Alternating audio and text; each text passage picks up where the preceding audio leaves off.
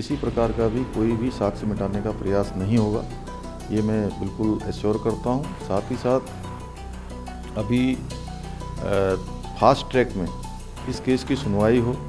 2 महीनों से ज्यादा का वक्त गुजर गया है, लेकिन अंकिता को इंसाफ दिलाने की प्रक्रिया शुरू नहीं हुई। एक 24 सितंबर का वो दिन था जब लापता अंकिता का शव ऋषिकेश के चिला बैराज से बरामद हुआ था, और एक आज का दिन है जब अंकिता के परिवार वाले बेटी के इंसाफ के लिए सड़कों पर लड़ाई लड़ रहे हैं। अंकिता के माता पिता अब उन वादों को याद कर रहे हैं जो सूबे के मुखिया पुष्कर सिंह धामी ने उनसे किए थे। जब पूरे देश भर से अंकिता के लिए लोग हमदर्दी जता रहे थे, सोशल मीडिया से लेकर नेशनल मीडिया तक अंकिता की खबरें सरकार पर दबाव बना रही थी, तो तब पुष्कर सिंह धामी ने इंसाफ के लिए कई बातें कही थी। लेकिन अब तक उन वादों पर कुछ काम नहीं हो पाया, न ही अंकिता के आरोपियों के खिलाफ चार्जशीट दाखिल हुई। आइए सबसे पहले आपको बताते हैं कि अंकिता को इंसाफ दिलाने के लिए उत्तराखंड के मुख्यमंत्री पुष्कर सिंह धामी ने क्या क्या बातें कही थी और उन पर अभी तक कितना काम हुआ है। अंकिता को इंसाफ दिलाने के लिए सीएम धामी ने कहा था कि वह अंकिता को न्याय दिलाने के लिए इसकी सुनवाई फास्ट ट्रैक कोर्ट में करेंगे, लेकिन अब तक इस पर कोई काम नहीं हुआ।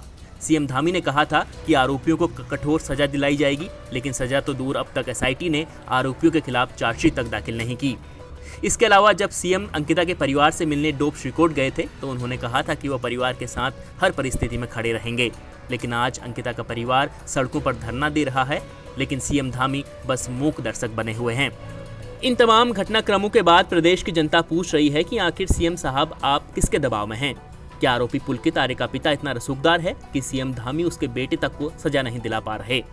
बहरहाल सवाल तो लाजमी ही है, लेकिन आप सीएम साहब के उन बयान को भी सुन लीजिए जो उन्होंने हत्याकांड के शुरुआती दिनों में दिया था।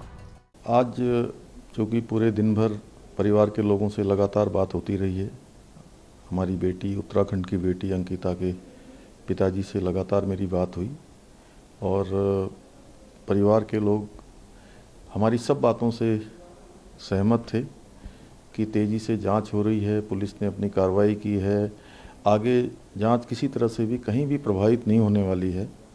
एसआईटी पूरी तरह से एक डीआईजी स्तर के अधिकारी की नेतृत्व में बनाई गई है, वह भी उस पर काम कर रही है।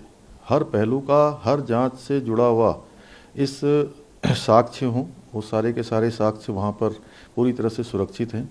किसी प्रकार का भी कोई भी साक्ष्य मिटाने का प्रयास नहीं होगा, ये मैं बिल्कुल एश्योर करता हूँ। साथ ही साथ अभी फास्ट ट्रैक में इस केस की सुनवाई हो।